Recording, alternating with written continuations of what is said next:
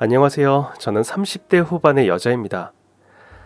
저에겐 세상에서 가장 사랑하는 언니가 있습니다. 전 어릴 때부터 엄마, 언니와 함께 살았는데 엄마는 늘 몸이 쇠약했어요. 그래서 전 언니를 의지하며 살았던 것 같습니다. 몸이 약한 엄마 대신 언니인 제 모든 것을 챙겨줬어요. 밥을 먹이는 건 기본이었고 머리도 예쁘게 묶어주고 매일 아침 옷도 직접 골라주었죠. 돌아보면 언니도 아직 어린 나이였을 텐데 언니가 아주 큰 어른인 줄 알았어요. 제가 어릴 때부터 좀 활달한 성격이었거든요. 툭 하면 밖에 나가서 뛰어놀고 어떤 날은 대장 노릇을 하며 친구들과 다투기도 했는데 그런 날이면 언니는 무기가 될 만한 물건을 찾아주곤 했죠. 언니가 집에 있는 분무기부터 시작해 골목에 버려져 있는 호스 같은 것을 찾아주면 전 그것으로 나름의 무기를 만들어 우리 골목에 쳐들어온 친구들을 무찔렀습니다. 덕분에 전 골목대장이라고 불렀는데 아빠는 없었지만 친구들에게 결코 무시할 수 없는 존재로 자리를 잡았죠. 물론 언니랑 저도 어린 나이였으니까 아빠 혹은 건강한 엄마가 필요할 땐 있었습니다. 예, 네가 우리 아들한테 주먹질했다며? 여자애가 왜 이렇게 거칠어? 아빠가 없어서 저러나? 걔가 먼저 여자애들 괴롭혔거든요. 그래서 제가 혼내준 거예요. 어머, 이 말대꾸하는 것 좀 봐. 너희 엄마가 그렇게 가르쳤니? 너희 엄마 당장 나오시라고 해. 전 주로 남자애들과 대결을 하고 다녔는데 제가 대결 상대로 고른 애들은 여자애들을 괴롭히거나 장난을 심하게 쳐서 여자애들을 울리는 남자애들이었어요. 그러다 보니 그 애들의 부모가 절 찾아와 혼을 내는 일이 다반사였죠. 엄만 병약한 몸으로도 늘 일을 다니셨기 때문에 낮엔 집에 없으셨고 돌아오셔도 쓰러지다시피 잠들곤 하셨습니다. 한 번은 그 애들의 부모가 저녁에 우르르 우리 집으로 찾아온 적이 있었어요. 저기요, 혼자 애 키우느라 힘든 건 알겠는데 그래도 남의 자식한테 피해를 주면 안 되죠. 정말 죄송합니다. 아니 근데 어디 아프세요? 처음엔 기세등등하게 우리 집으로 몰려온 아줌마들이 다 죽어가는 엄마를 보곤 오히려 걱정을 하고 돌아가더라고요. 그날 이후 아줌마들이 우리 집에 찾아오는 일이 늘었습니다. 엄마 오셨어? 또 왜요 아줌마? 아유, 하여튼 넌 성질머리 좀 고쳐야 돼. 그러면서 저한테 반찬을 주시더라고요. 이거 언니랑 너랑 저녁 때 먹어. 엄마 것도 좀 남겨놓고. 그리고 너네 밥은 할 줄 알아? 그렇게 한 명, 두 명 우리 집을 오가기 시작하더니 언니가 밥진 걸 보곤 혀를 차시며 직접 밥도 해주시고 반찬이며 국이며 하루가 멀다고 가져다 주기 시작하셨어요. 중학교에 입학할 즈음 엄마의 몸이 더 안 좋아지셔서 외가 근처로 이사를 하게 됐는데 그때도 아주머니들이 우릴 배웅해 주셨죠. 몸 건강해지면 다시 올 거지? 네, 그럴게요. 그동안 저희 돌봐주셔서 정말 감사했습니다. 아유, 감사하긴. 이제 얘들 밥은 어떡해? 저희 엄마가 챙겨주실 거예요. 언니는 대학을 다니며 낮엔 공부하고 밤엔 일하며 생활비를 벌었습니다. 병약한 엄마 대신 사실상 우리 집의 생활비와 제 용돈까지 책임졌죠. 사실상 어릴 때와 크게 다르지 않은 생활이었습니다. 언니는 밤낮 없이 공부와 일을 병행하면서도 제가 먹을 반찬까지 다 만들어 놓곤 했죠. 하지만 저도 이제 컸다고 알아서 하겠다고 해도 언니는 습관처럼 절 챙겼습니다. 그러다 고등학교를 졸업할 즈음 전 중요한 결단을 내리게 됐습니다. 언니, 나 대학 안 갈래. 뭐? 대학에 왜 안 가? 솔직히 내 성적으로 갈 만한 대학이 어딨어. 다들 공부 못해도 대학은 가는 세상이잖아. 대학 안 가면 너 아쉽지 않겠어? 하나도 안 아쉬워, 언니. 난 하고 싶은 게 확실하거든. 뭔데? 나 돈을 많이 벌 거야. 제 말에 언니가 조금 슬픈 얼굴로 물었습니다. 언니가 용돈을 많이 못 줘서 그래? 아니야. 내가 언제 용돈 부족하다고 한 적 있어? 근데 왜 대학도 안 가고 돈을 벌겠다고 하는 거야? 난 진짜 언니처럼 공부에 흥미도 없고 소질도 없어. 대신 난 손재주가 좋잖아. 언니는 곰곰이 생각하더니 고개를 끄덕였습니다. 그렇긴 한데, 그래서 넌 뭘 하고 싶은데? 그렇게 전 고등학교를 졸업하자마자 장사에 뛰어들었습니다.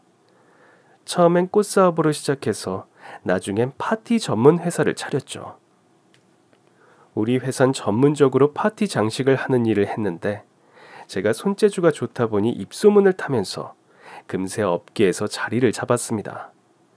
전 어린 나이였음에도 많은 돈을 벌 수 있었죠. 그리고 전 언니에게 말했어요.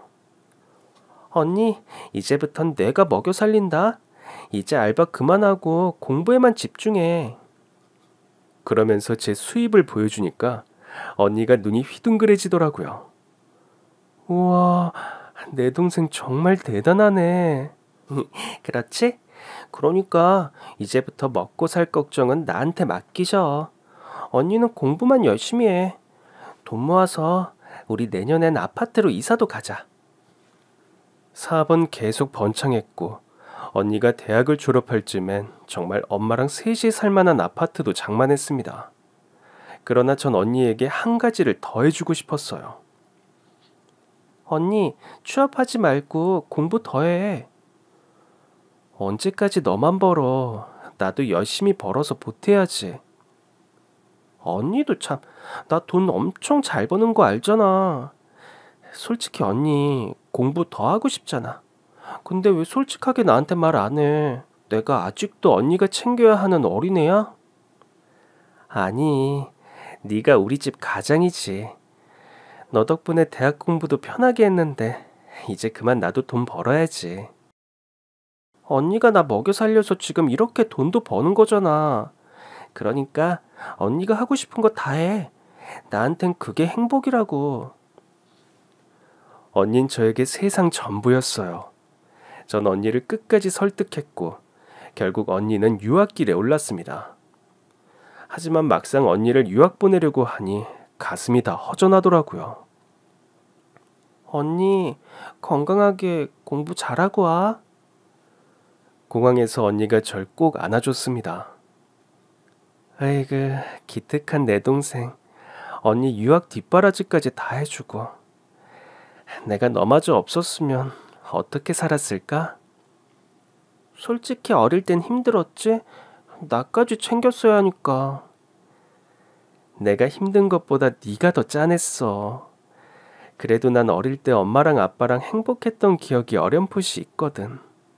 근데 넌 엄마 뱃속에 있을 때 아빠가 돌아가시는 바람에 아빠에 대한 기억도 없고 그 후로 엄마 건강이 더 나빠졌으니까 넌 늘 아픈 엄마만 봤잖아.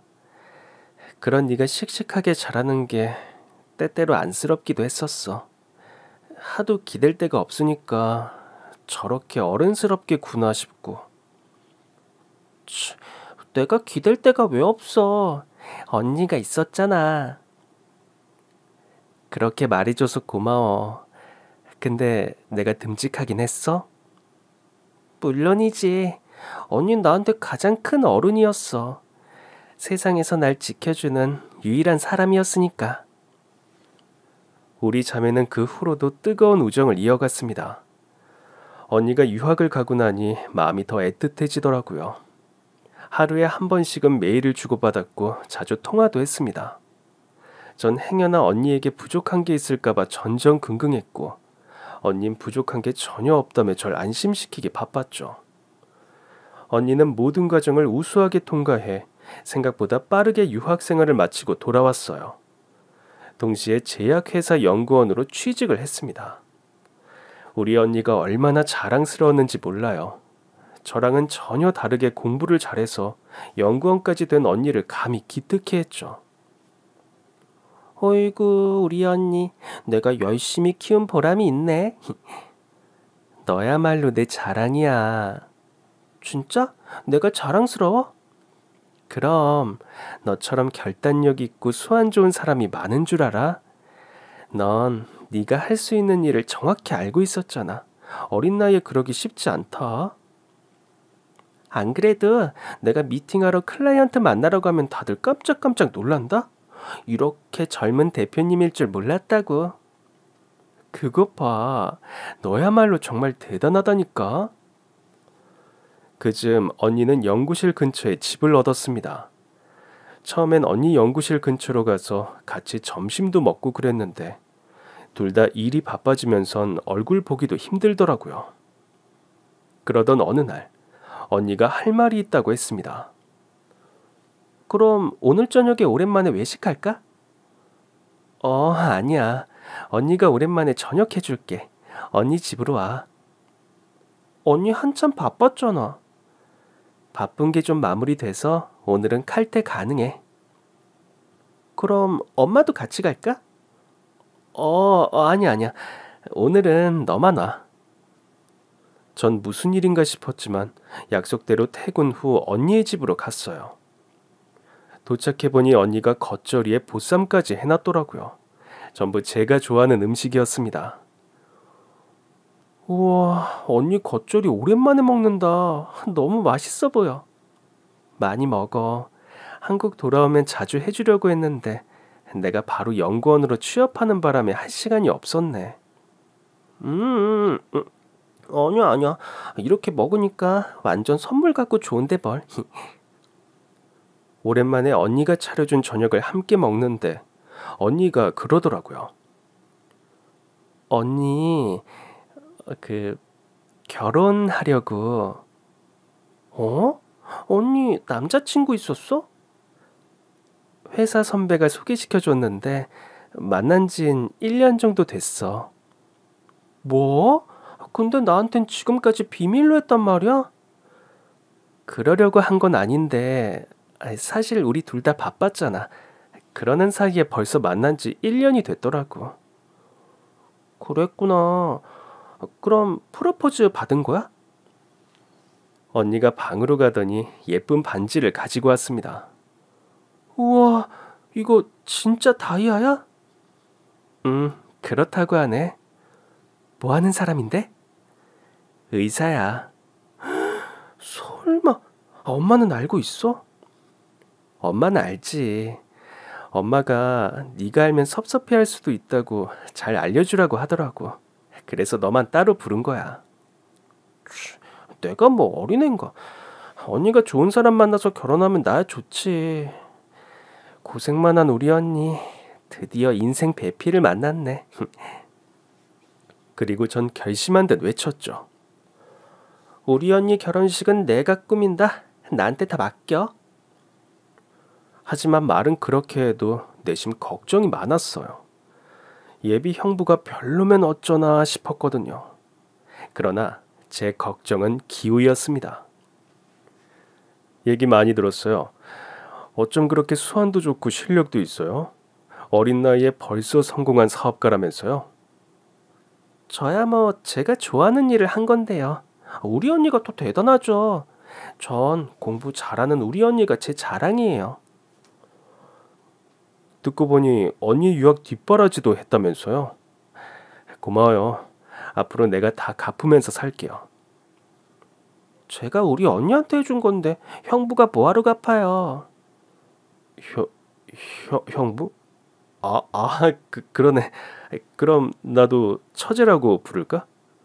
그럼요. 말 편하게 하세요. 형부는 자기도 유학파라며 저에게도 말을 편하게 하라고 했고 우린 하루 만에 엄청 친해졌습니다. 그 후론 언니의 결혼식 준비를 도우면서 형부와 자주 만났는데 같이 밥도 먹고 한잔하면서 저에게도 드디어 가족 한 명이 더 늘었다는 생각에 행복하더라고요. 전 기억이 나질 않는데 제가 잔뜩 취해선 형부한테 그랬대요. 형부, 우리 언니 울리면 나한테 혼난다. 내가 진짜 눈에 쌍심쥐하고 찢겨볼 거야. 아유, 우리 처제님 많이 취하셨습니다. 알겠습니다. 제가 명심하고 살겠습니다. 아주 둘 다 취해선 가관이었다며 언니가 둘 다 다시는 만취하지 말라고 경고하더라고요. 내가 그날 너랑 형부까지 들쳐업고 오느라 아직도 허리가 아파. 저랑 형부는 찍소리도 못한 채 알겠다고 했죠. 그렇게 언니의 결혼식 날 제가 손수 모든 장식을 했는데 언니가 보더니 눈물까지 흘리는 거예요. 언니 신부 화장 다 지워지겠다. 좋은 날 왜 그렇게 울어? 그만 울어. 네가 왜 사업가로 성공했는지 알 것 같아. 이건 그냥 장식이 아니네. 그럼 뭔데? 진심. 장식을 보는데 네 마음이 너무 느껴져서 나도 모르게 눈물이 났어. 언니의 말은 사실이었어요. 두 번 다시 없을 언니의 결혼식 장식은 저에게도 인생 최고의 이벤트였죠. 고객의 의뢰가 아니라 제가 언니에게 주는 선물이었기에 저에게도 평생 잊을 수 없는 장식이 될 것 같았습니다. 전 엄청난 금액을 투자해 언니의 결혼식장을 전체를 꽃으로 장식했고 사진이 정말 예쁘게 나오더라고요. 결혼식 내내 엄청 울기도 했지만 새 가족인 형부까지 가깝게 지낼 생각에 행복한 마음이 더 컸어요. 물론 한 가지 아쉬운 점이 있긴 했죠. 언니의 신혼집이 좀 멀었거든요. 그래서 언니와 자주 보는 게 좀 힘들어지더라고요. 하루는 언니네 집에서 저녁을 먹으며 말했습니다. 언니, 나 이 동네로 이사 올까? 나야 좋지. 근데 너희 회사에서 좀 멀지 않아? 그럼 회사를 이 동네로 옮길까? 제 말을 듣던 형부는 잘 생각하라며 제 생각을 말리더라고요. 집값도 쓸데없이 비싸고 집은 회사 가까운 게 최고지. 이렇게 한 번씩 우리 집으로 오면 되잖아. 그런가? 그래도 언니랑 너무 떨어져 사니까 좀 아쉬워. 하여튼 두 자매가 유난히 애틋하다니까. 뭐야 형부. 전엔 보기 좋다더니 결혼하고 나니까 생각이 변했어? 아유 무슨 소리야. 내가 우리 처제를 얼마나 좋아하는데. 그러니까 자주 놀러와. 나 바빠서 자주 못 오는 거 알면서. 그러니까 내가 신혼집 좀 우리 동네에서 가까운데 얻으라고 했잖아. 아이고 예. 그냥 제가 죄인입니다. 다음 집 얻을 땐 가까운 데로 가겠습니다. 진짜? 그래. 아이 낳고 하면 처제도 우리 애들 자주 보고 싶을 테니까 좀 더 가까운 데로 옮기지 뭐. 우와, 우리 형부 최고. 결혼 후 물리적으로 좀 멀어지긴 했지만 전 하루에 한 번씩은 언니와 문자를 주고받으며 서로의 안부를 나눴어요. 그렇게 몇 년이 지났고 언니와 형부 사이에선 예쁜 조카도 태어났습니다. 아이가 태어나자 언니와 연락이 더 뜸해졌어요. 아이를 낳으면 우리 동네 근처로 온다던 형부는 약속을 깜빡했다며 같은 동네에 더 큰 평수의 아파트를 얻었죠. 저도 언니와 멀리 사는 게 익숙해진 후였습니다. 전 종종 조카와 언니를 보러 갔고 언니와 전 일주일에 서너 번씩은 문자를 주고받으며 지냈습니다. 그러던 어느 날 일주일이 넘게 언니에게 문자 한 통이 안 온다는 걸 깨달았어요. 그날은 저도 현장에 나가는 날이라 정신이 없어서 연락해 본다는 걸 깜빡하고 지나갔죠. 다음날 피로에 절어서 일어났는데 언니에게서 답이 없더라고요. 전날 제가 주말에 가겠다고 문자를 보내놨었거든요. 아무리 늦어도 답은 하는 사람이었는데 아무래도 이상하더라고요. 전화를 걸었더니 통화 연결도 안 되고 그래서 형부한테 전화를 걸었더니 형부도 받질 않더라고요. 이상하다. 둘 다 많이 바쁜 건가? 그렇게 반나절을 기다려봤지만 언니나 형부에게서 돌아오는 연락이 없었습니다.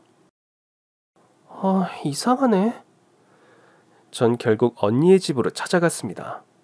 지금껏 한 번도 느껴본 적 없는 불길한 예감이 들더라고요. 초인종을 눌렀는데 대답이 없어서 다시 언니 휴대폰으로 전화를 걸었는데 여전히 받질 않더라고요. 언니네 집 현관문 비밀번호는 모르고 있었던 터라 형부한테 전화했더니 그땐 또 받는 겁니다. 처제 미안. 오늘 너무 바빠서 이제야 받네. 형부, 어제부터 언니랑 연락이 안 되는데 혹시 이유 알아? 그럴 리가. 지금 집에 있을 텐데.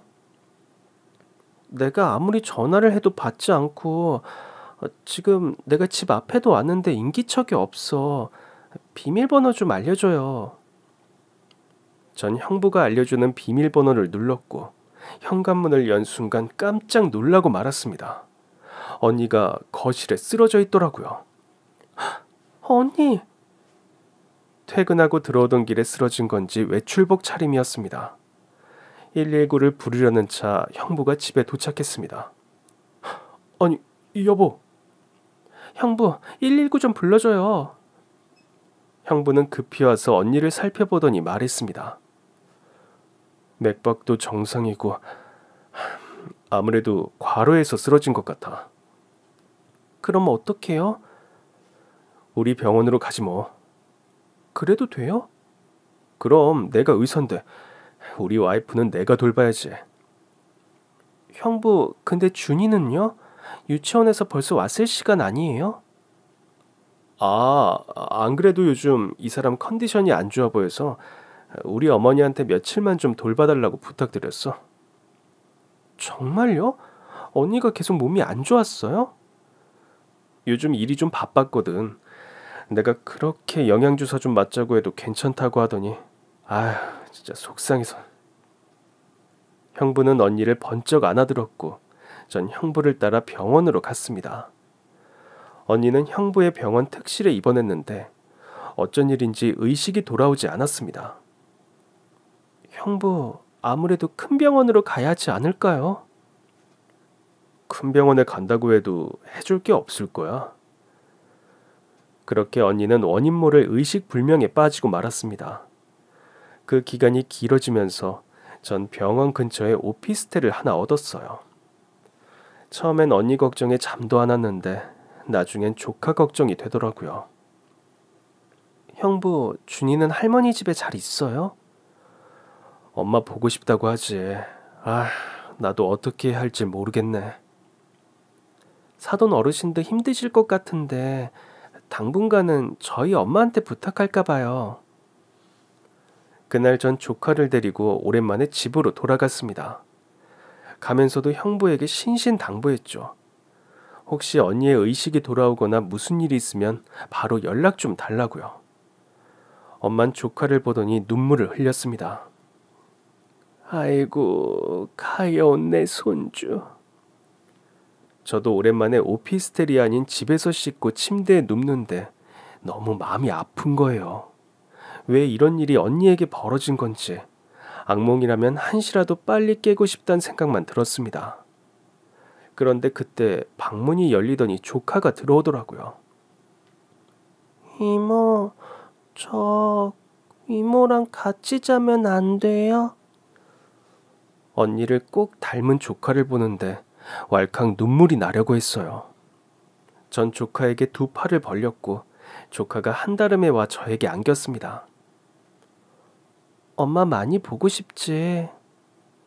네, 보고 싶어요. 엄마 지금 좋아지고 있으니까 우리 조금만 더 기다려보자. 알겠지? 오랜만에 조카를 보는데 기분 탓인지 아이가 수척해 보이더라고요. 할머니 댁에 있었으니 잘 돌봐주셨으려니 생각하면서도 언니 생각에 마음이 짠했습니다. 불쌍한 마음에 제 옆에다 조카를 재웠어요. 그러다 저도 잠이 들었던 것 같습니다. 잠결에도 조카의 목소리가 들리더라고요. 아이가 혼자 일어나서 울고 있나 싶어서 일어났는데 조카는 여전히 제 옆에서 잠들어 있었습니다. 그런데 아이가 잠꼬대를 하는 겁니다. 아줌마 미안해요. 저 절대 말 안 할게요. 전 이게 무슨 소리인가 싶었죠. 아줌마? 저 이모랑 외할머니한테 갈래요. 보내주세요. 아무리 들어도 내용의 맥락을 모르겠는 거예요. 전 놀라서 엄마를 깨웠습니다. 전 엄마와 함께 조카가 하는 잠꼬대를 유심히 듣기 시작했습니다. 그때였습니다.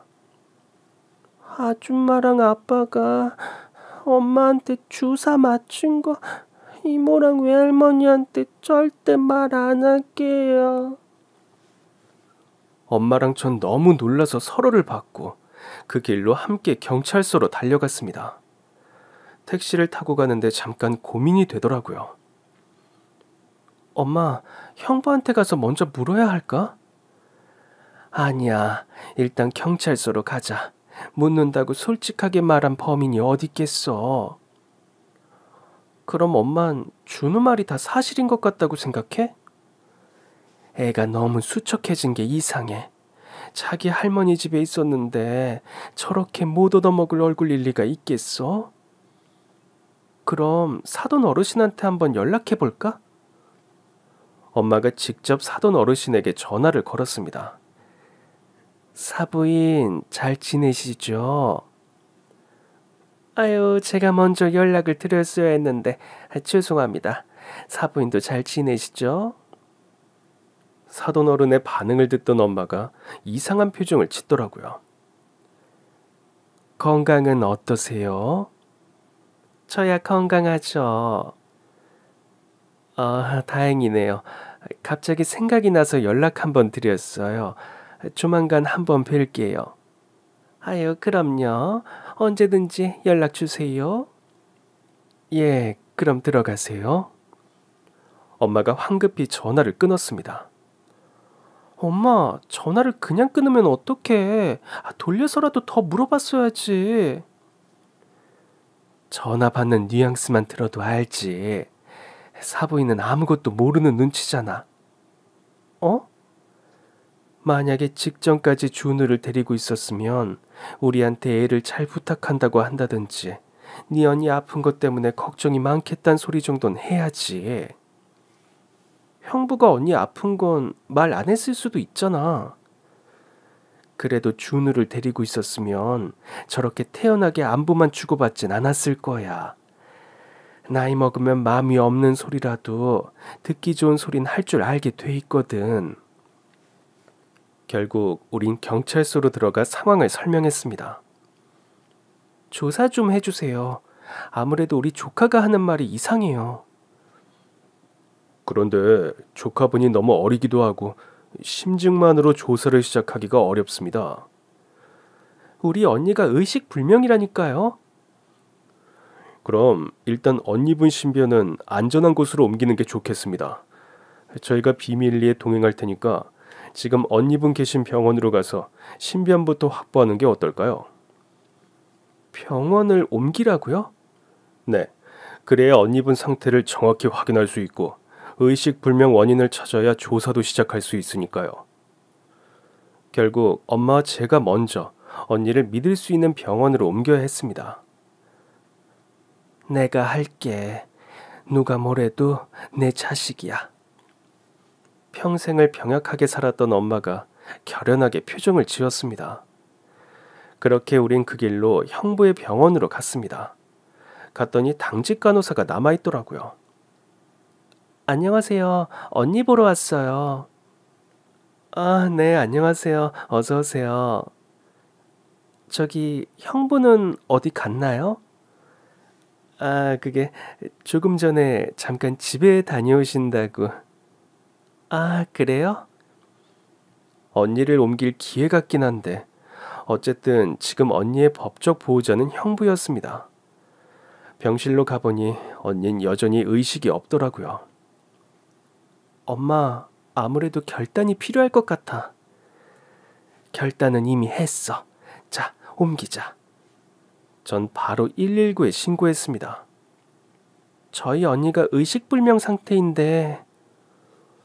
예, 지금 어디시죠? 병원이에요. 예? 어디시라고요? 아이, 설마 지금 장난 전화 거신 겁니까? 장난 전화 아니고요. 언니가 형부 병원에 있는데 언니가 의식불명인 게 이상해요. 아무래도 인근 다른 병원으로 옮겨야 할 것 같아요. 구조대원은 아주 잠깐 고민하는 눈치였지만 곧 대답했습니다. 알겠습니다. 신고 접수했습니다. 15분 안에 도착합니다. 네, 감사합니다. 전 심장이 다 벌렁거렸습니다. 그 사이에 형부가 와서 저지하면 어쩌나 싶더라고요. 그런데 그때 웬 간호사가 병실로 들어오는 겁니다. 당직 서는 분이 또 계셨네요. 네, 카운터에 있는 친구는 간호조무사고 제가 수간호사예요. 환자분 주사 맞으실 시간이 돼서요. 그 간호사를 보는데 빨간 립스틱에 손톱까지 화려한 네일 아트를 하고 있더라고요. 간호사가 언니의 링거에 주사를 놓으려는 순간 전 그 앞을 막아섰습니다. 아니, 뭐 하시는 거예요? 이거 무슨 주사죠? 환자분이 계속 의식이 없으셔서 식사를 못 하시잖아요. 그래서 영양주사 좀 놔드리려고요. 혹시 퇴근했다가 돌아오신 거예요? 예? 네, 잠깐 저녁 먹고 왔어요. 간호사는 사복 위에 가운을 걸치고 있었는데 전 그 여자가 입은 블라우스에 자꾸만 눈이 갔습니다. 옷이 간호복 같지 않아서요. 그거 의사 가운 아닌가요? 이게 제가 급히 오느라 환복을 못했어요. 이건 여벌 가운이라 잠깐 빌려 입은 겁니다. 우리 형부 병원 참 특이하네요. 간호사가 의사 가운을 막 입어도 되는구나. 저 잠깐 주사만 놓고 다시 퇴근할 예정이라서요. 그런 일은 간호조무사도 할 수 있지 않나요? 그게 그러니까. 저한테 대체 왜 이러세요? 제가 자꾸 따져 물으니까 그 간호사가 순간 짜증을 냈습니다. 아니, 우리 형부 병원이니까 궁금한 걸 물은 건데 왜 이렇게 발끈해요? 아니, 저도 얼른 하고 퇴근해야 하는데 자꾸 방해하시니까요. 이 사람 우리 언니예요. 가뜩이나 의식도 없는데 제가 알아야죠. 우리 언니한테 무슨 주사를 놓는 건지, 그 주사를 놓는 사람이 누구인지. 그건 제가 아까 수간호사라고 말씀드린 것 같은데요. 그랬었죠. 근데 주사 안 놓으셔도 돼요. 네?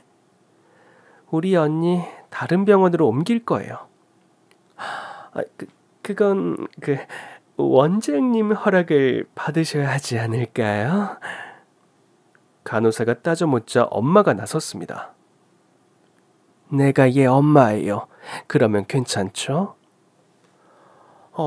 아니죠. 법적 보호자는 원장님이시죠. 그때였습니다. 제가 신고한 구급대원들이 도착했어요. 여기에요. 전 언니를 가리켰고 그 순간 간호사가 언니의 앞을 가로막고 섰습니다. 저기 보호자 동의 없이 이러시면 안 됩니다. 제가 원장님께 바로 연락드릴게요. 아니요, 언니 상태가 많이 안 좋은 것 같아요. 바로 이송해 주세요.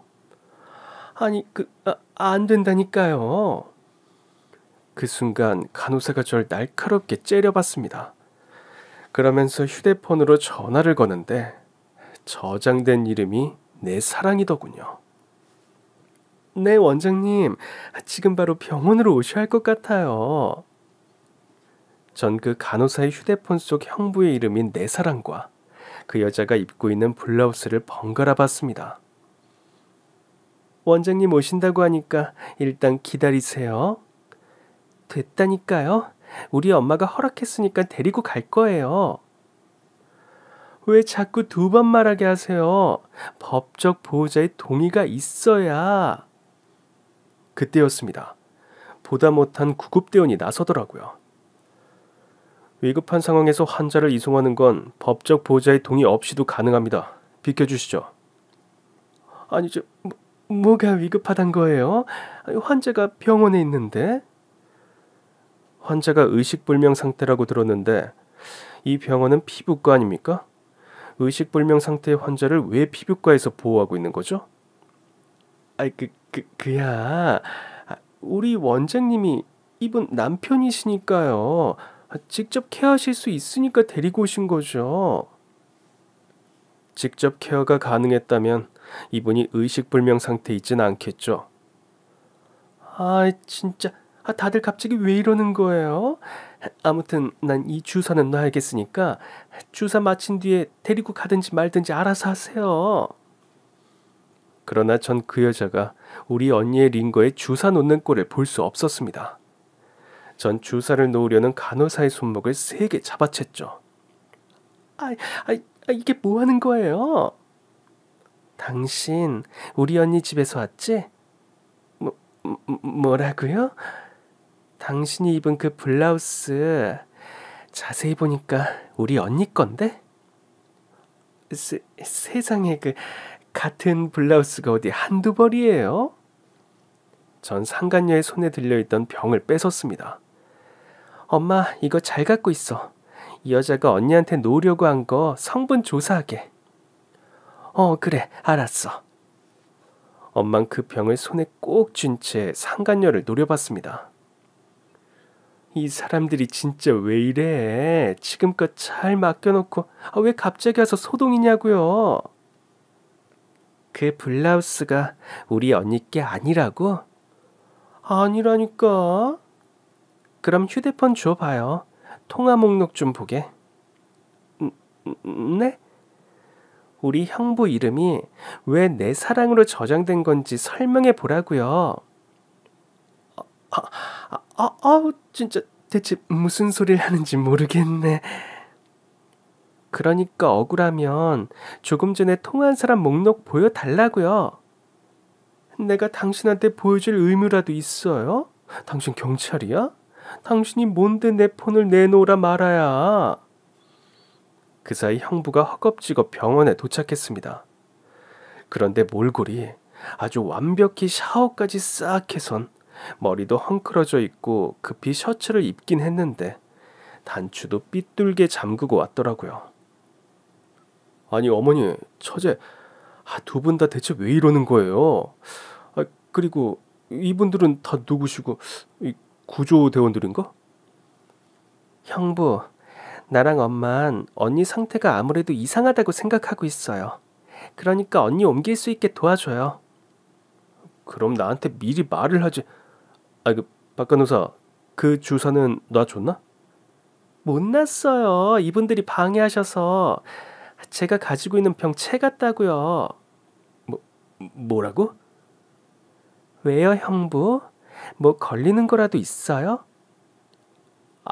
처제, 도대체 왜 이래?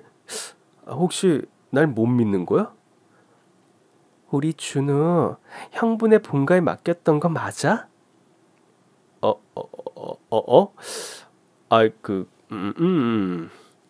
그 순간 형부가 슬쩍 그 간호사를 보는 것 같았습니다.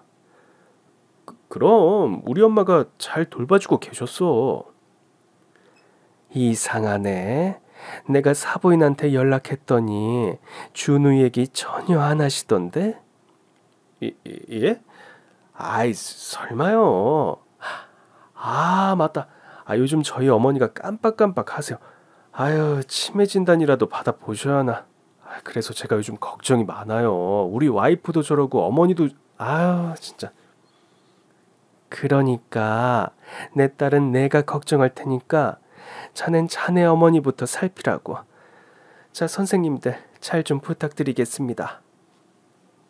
구조대원들이 언니의 상태를 살피기 시작했습니다. 자자, 조심히 옮기자고. 다들 왜 이래요? 제가 법적 보호자인데 이렇게 마음대로 제 아내를 옮기겠다고 하시면 어떡합니까? 더더구나 바쁜 구조대원분들까지 부르시고 제가 날 박는 대로 처제랑 어머니가 원하시는 병원으로 옮길게요. 그러니까 일단들 돌아가시고. 형부, 조금 전까지 어디 있다 왔어? 뭘 어디 있다 와? 집에서 잠깐 저녁 먹고 왔어. 요즘 언니 때문에 나도 퇴근을 못하고 얼마나 힘들었는데 잠깐 집에 갔다 온 것도 죄야? 집에 혼자 간 게 아닌 것 같은데? 그 순간 형부가 엄청 당황하더라고요. 구급대원들은 급히 언니를 옮겨서 나갔고 저와 언니도 따라가려고 발을 뗐을 때였습니다. 형부가 엄마의 팔을 붙잡더라고요. 어머니, 그 병은 주고 가세요. 그건 왜? 저희 병원 물품이잖아요. 함부로 가지고 나갔다간 처벌받을 수도 있어요. 자네 지금 날 협박하나? 그래, 신고해. 내가 자네 병원 물건 훔쳤다고. 됐나? 어머니 진짜 왜 이러세요? 처제는 어려서 그렇다 쳐도 어머니까지 이렇게 사리분별 못하고 나대시면 어떡해요? 뭐 내가 나댔다고? 진짜 내가 이래서 장인어른 없는 게 마음에 걸렸지. 집안에 남자가 없으니까 여자들이 기만 세가지고. 지금 두 분 다 뭐 하자는 거예요? 갑자기 형부가 돌변하더니 본색을 드러내더라고요. 전 엄마를 제 등 뒤로 보냈습니다. 엄마는 언니 따라가. 뭐? 너 뭐 하려고? 나 이 사람이랑 얘기 좀 해야겠어. 그리고 저 여자랑도 같이. 됐어. 그냥 두고 일단 너도 같이 나가자. 그러나 구급대원이 보호자를 급히 찾는 바람에 엄만 그 자리를 떠났습니다. 그리고 병실엔 저와 형부 그리고 상간녀만 남았죠. 셋만 남았으니까 솔직하게 말해. 형부, 우리 준우 저 여자가 데리고 있었어? 그래, 그랬다. 그럼 어떡해? 와이프는 아프지. 우리 엄마도 나이 많으신데. 그래서 잠깐 직장 동료한테 좀 맡겼어. 그래서 애가 사라지기로 했어? 뭐 잘못되기로 했어? 동료? 저 여자가 형부 동료라고? 야, 넌 머리에 똥 만들었냐? 대체 무슨 생각을 하는 건데? 저 여자가 입은 블라우스 우리 언니 거잖아. 그 순간 형부가 당황한 얼굴로 상간녀의 블라우스를 보더라고요. 그거야 준우 봐주는데 옷에 뭐가 묻었다길래 빌려준 거지. 상간녀와 형부의 말이 달랐습니다. 형부는 핑계를 댔지만 그 옷이 언니의 옷이라는 걸 인정했고 상간녀는 아니라고 부정했으니까요. 상간녀의 표정도 곧 굳어졌습니다. 원장님, 지금 그게 중요한 게 아니에요. 빨리 구급차 따라가셔야죠. 왜? 내가 당신 와이프한테 놓으려고 했던 그 약물, 그거 갖고 나갔잖아, 당신 장모가.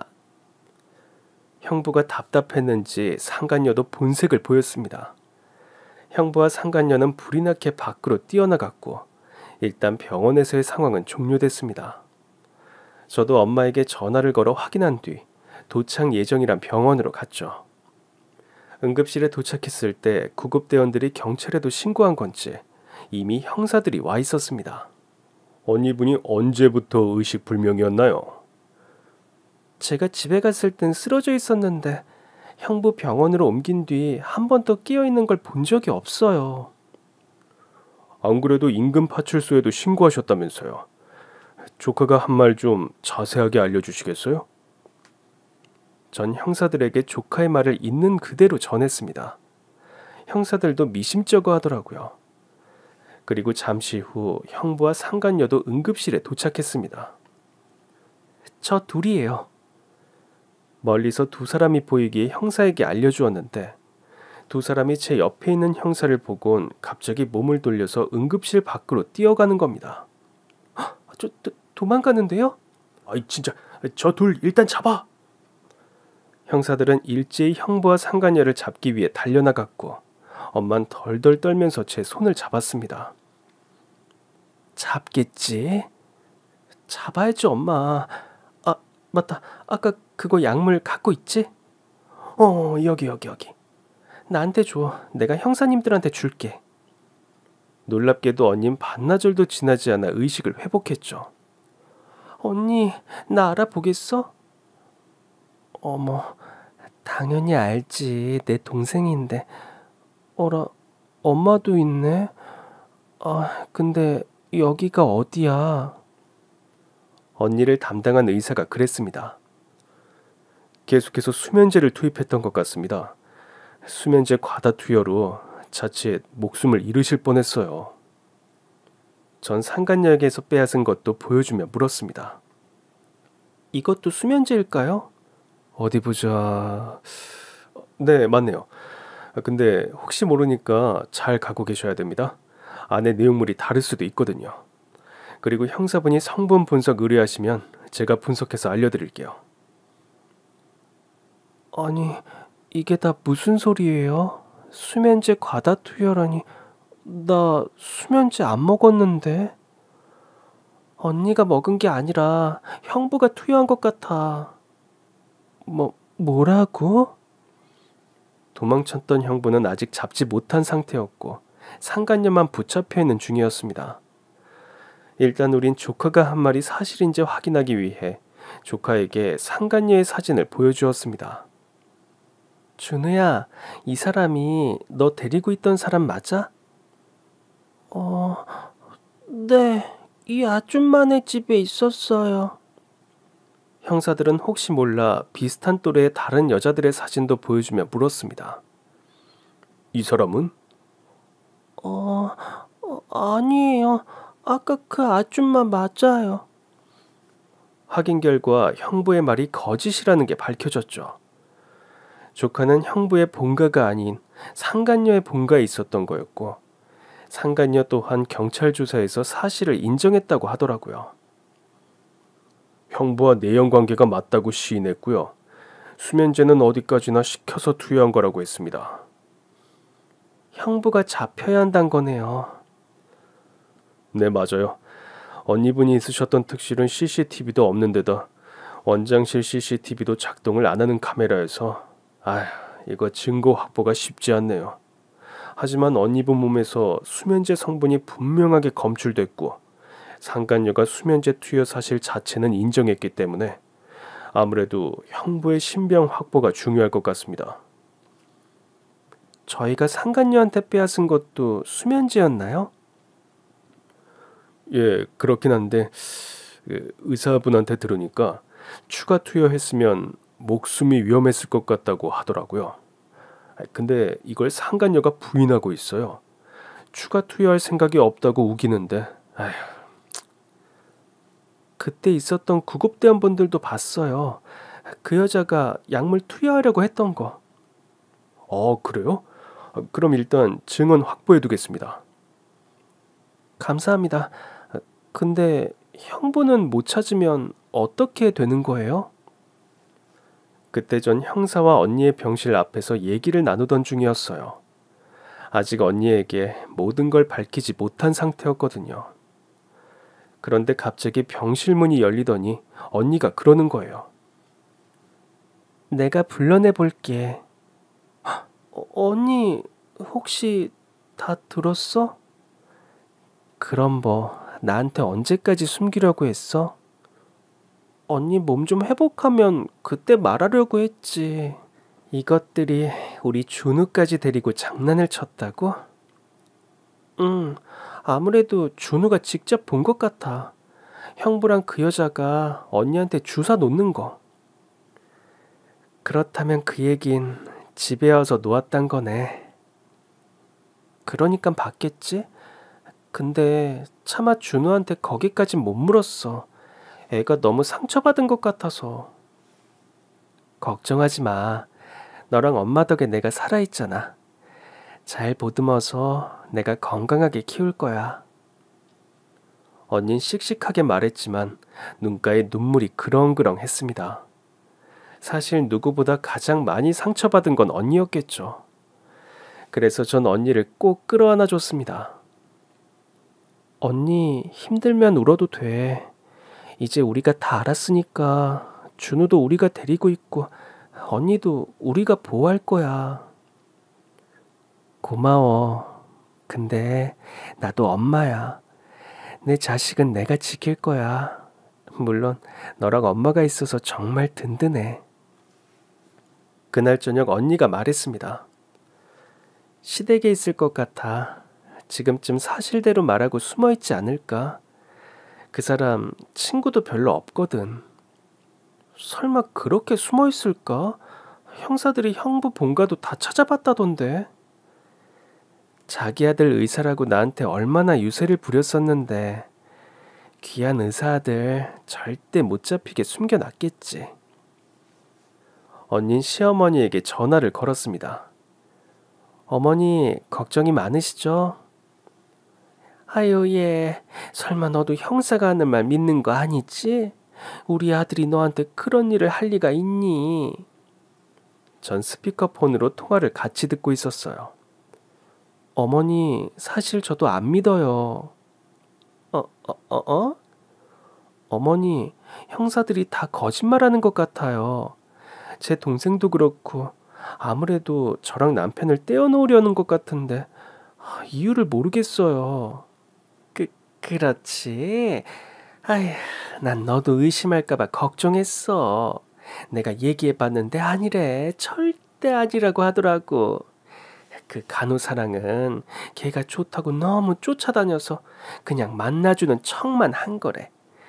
준우도 자기가 보겠다고 하고 그러더니 영양주사라면서 사모님한테 놔주라고 해서 계속 놔준 건데 글쎄 그게 수면제였던 것 같다고 걔도 깜짝 놀랐대. 그렇죠? 그럴 줄 알았어요. 어머니, 우리 그이 너무 보고 싶은데 제가 어머니 댁으로 갈까요? 아유, 근데 이걸 어쩌나? 형사 몰래 와야 할 것 같은데. 제가 어떻게든 따돌리고 갈게요. 그리고 그 자리엔 형사도 함께 있었습니다. 전 형사를 쳐다봤어요. 형사도 절 보면서 고개를 끄덕이더라고요. 형사는 형부를 체포하기 위해 바로 병실을 나갔고 언니는 통화를 마친 뒤 부들부들 떨었습니다. 뭐?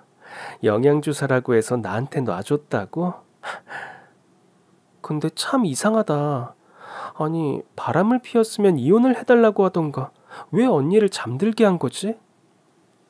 언니는 잠시 고민하더니 한숨을 내쉬더라고요. 그것 때문이겠지. 그 둘이 아주 못된 일을 하고 있었거든. 전 생각지도 못한 얘기에 깜짝 놀라고 말았습니다. 언니, 뭐 아는 거 있어? 언니가 또다시 한숨을 내쉬었습니다. 내가 신고한다고 했었어. 그랬더니 며칠만 시간을 달라고 자기가 자수하겠다고 했었거든. 언니, 도대체 무슨 소리를 하는 거야? 그 둘이 금지된 걸 들여와선 비싼 값에 유명인들한테 놔주고 있었더라고. 정말이야? 근데 그 얘기를 왜 형사한테는 안 했어? 그 사람이 자수하길 바랬거든. 잡히면 자수하지 않을까 싶어서. 그래도 우리 준우 아빠잖아. 근데 결국 체포되겠네. 이제 해야지. 이제 이유를 알게 돼서 속은 시원한데 그래도 그게 사람이 할 수 있는 일이야? 아니, 절대 아니지. 근데 그런 사람을 믿었단 말이야? 자수할 거라고? 그제야 형부와 상간녀가 언니를 왜 의식불명으로 만든 건지 알게 됐지만 도저히 그들의 행동을 이해할 수는 없었습니다. 형부는 결국 자기 본가에서 붙잡혔어요. 언니와 경찰서로 갔더니 눈이 시뻘개져선 언니한테 따지기 시작했습니다. 너도 한통속이었냐? 네가 나 잡게 만든 거지? 어? 뭐가 어째? 내가 기회 줬지, 자수하라고. 근데 날 이렇게 만든 것도 모자라 우리 준우를 그 여자한테 맡겨? 너 조용히 하네. 언니의 말을 들은 형사가 물었습니다. 아니, 자수하라뇨? 또 뭐가 있었습니까? 언니는 형사에게 USB를 줬어요. 이 사람이랑 상간녀가 병원에서 벌인 일이 담겨 있어요. 금지된 걸 구해서 유명인들에게 놔주고 있었더라고요. 물론 아주 비싸게요. 구매 내역이랑 판매 내역이 다 담긴 파일이에요. 예? 아니, 그럼 그래서 아내분을... 네, 맞아요. 병원 직원이 의심스러웠는지 저한테 남편이 들여온 물품 목록을 보여줬는데 금지된 걸 들여오고 있었더라고요. 제가 증거 보여주면서 자수하라고 했더니 며칠만 시간을 달라고 했었죠. 저도 애 아빠니까 그래도 자수하길 바래서 기다리고 있었는데 그 사이에 절 이렇게 만든 거죠. 자료를 확인한 형사가 혀를 차기 시작했습니다. 에휴, 바로 접수하겠습니다. 근데 이게 금지된 품목인 건 어떻게 하셨어요? 검색해도 잘 안 나오는데. 제가 제약회사 연구원이거든요. 야, 너 진짜 이럴 거야? 모든 걸 들킨 형부는 언니에게 험한 말까지 하면서 난동을 피웠지만 바로 형사들에게 제압당했습니다. 결국 형부와 상간녀는 감옥에 갔습니다. 언니는 감옥에 있는 형부를 찾아가 이혼 서류를 내밀었고요. 여보, 나한테 왜 이래? 처제, 내가 정신이 잠깐 나갔었나 봐. 어? 벌 받고 나갈 테니까 우리 준우를 위해서라도 이혼만큼은 아니, 헤어져야지. 뭐라고? 우리 아들한테 뭐 좋은 모습을 보였다고 애를 빌미로 같이 살 생각을 하는 거야? 여보, 내가 설마 당신을 잘못 두게 했겠어? 그 여자가 하도 놓자고 해서 잠깐 재워놓은 거야. 내 동생한테 다 들었어. 구급대원들이 데려가기 직전에 나한테 또 주사 놓으려고 했다며. 당신이 날 살릴 생각이었으면 그 여자한테 우리 준우를 맡길 생각은 못했겠지. 당신은 그냥 내가 사라지길 바랬던 거야. 아니, 사라질 거라고 믿었던 거지. 언닌 결국 그 자리에서 이혼 서류에 서명을 받았습니다. 조카는 심리 상담도 해봤는데 생각보다 트라우마가 심하진 않더라고요. 다행히 건강하게 잘 크고 있습니다. 다만 언니가 그 일 이후 배신감으로 인해 몸도 마음도 좀 오래 아팠어요. 언니는 형부의 잘못 또한 자식의 잘못처럼 여기며 제약회사 연구원도 그만두었죠. 저와 엄만 그런 언니를 정성으로 돌보며 조카도 같이 잘 키웠습니다. 시간이 좀 지나자 언니도 결국 하나뿐인 아들을 위해 일어서더라고요. 지금은 저와 함께 사업을 하고 있습니다. 브레인인 언니가 합류하면서 사업이 다방면으로 확대되고 있어요. 전 저만 사업에 소질이 있는 줄 알았는데 우리 언니도 사업에 완전 소질이 있더라고요. 그 일이 있었던 게 벌써 몇 년 전 일입니다. 이제 조카는 초등학교에 다니고 있고 언니는 요즘 일에 푹 빠져 있어요. 사업이 이렇게 내 체질인 줄은 몰랐네. 그러니까 언니가 나보다 더 체질인 것 같아. 언니와 함께 사업을 하기 시작한 뒤 우리 회사의 매출은 2배로 껑충 뛰었습니다. 최근 우린 새 모녀와 조카가 함께 살 전원주택으로 이사했어요. 조카가 바비큐 파티를 너무 좋아해서 아무래도 마당 있는 집에서 살아야겠더라고요. 집을 구하고 이사하는 일은 모두 엄마가 하셨습니다. 평생을 병약하게 사셨던 우리 엄만 언니의 일이 있고 난 뒤 완전히 달라지셨습니다. 내 딸은 내가 지킨다며 운동을 열심히 하시더니 지금은 건강하고 활력 있는 삶을 살고 계세요.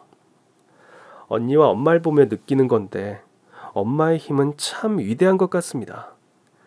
그런 일을 겪고도 언니는 더 단단해졌고 저희 엄마도 얼마나 씩씩하신지 언니랑 가끔 놀라요. 진짜 우리 엄마 맞냐면서. 엄만 바쁜 언니와 저 대신에 조카의 통화까지 책임지고 계십니다. 오늘은 종일 엄마와 조카에게서 문자가 오고 있어요. 일찍 들어오라고요. 언니도 문자 폭탄을 받으며 혀를 내두르고 있습니다. 오늘 저녁에 즐거운 바비큐 파티를 하기로 했거든요. 그럼 얼른 마무리하고 언니랑 쏜살같이 집으로 가야겠습니다. 그럼 지금까지 제 긴 사연 들어주셔서 정말 감사합니다. 오늘도 행복한 하루 되세요.